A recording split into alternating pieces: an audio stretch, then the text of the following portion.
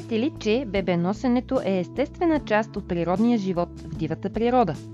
Затова не е изненада, че носилките за бебета в лицето на Слингомания и Ани Събева станаха част от коледното изложение в рамките на екоинициативата Зелената стълба на списание 9 месеца.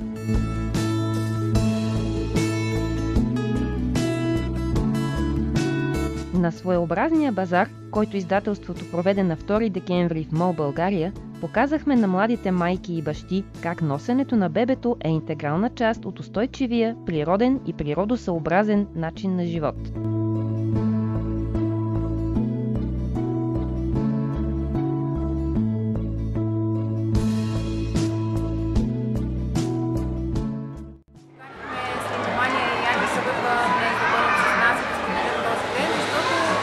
Бебеносенето е част от естественото родителство. Всичко това, което ние днес искаме да покажем на родителите, за да са по-близо до природата, до децата си, да се поддържат здравето си, в случая бебеносенето обединява и двете неща. Носенето на бебето е своеобразно времеубежище за майката и за детето, казва Виржиния Николова, главният редактор на 9 месеца. Това е време, в което малкото човече може да бъде сгушено удобно до сърцето на мама, а в същото време тя разполага свободно и с двете си ръце, за да се чувства пълноценна, вършейки и други неща, освен това да гушка бебчо. Ако трябва да си свърши някакви задачи, майката няма нужда да се разделя с детето си, оставяйки го на страна, и няма да изпитва чувство на вина, че го е загърбила.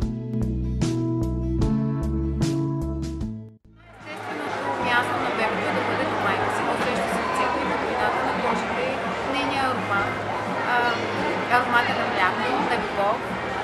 Така че бебеносенето всъщност е един мост това нещо да се случи. От началото на 2023 година 9 месеца провежда кампания за естественото родителство като част от устойчивия начин на живот. Инициативата акцентира върху всичко природосъобразно, от козметиката с изцяло натурални съставки до рециклирането. За бебеносенето Виржиния Николова казва, че прави лесно отглеждането на децата в уюта на близостта до родителите. Хората не бива да се страхуват, че ще разглезят децата си, ако постоянно им показват любовта си, ако ги прегръщат и ако бебетата не слизат от ръцете им дори няколко месеца след раждането. От своя страна, ние показахме на гостуващите родители колко лесно е да сложиш бебето в раница за носене и да си спокоен, че детето е постоянно на една целувка разстояние. Слинговете и бебеносещите раници на Слингомания са лесни за поставяне и за сваляне. По-важното е, че са ергономични. Това означава, че поддържат идеалната позиция на тялото на бебето с оглед неговото бързо физическо израстване. Самите материали, от които са изработени, са естествени, органични и в тяхната преработка не са използвани вредни химикали. Това е още една допирна точка между бебеносенето и екологията, подчертана в целогодишната кампания на 9 месеца. Носилките са напълно безопасни и за бебето, и за майката, и за самата природа.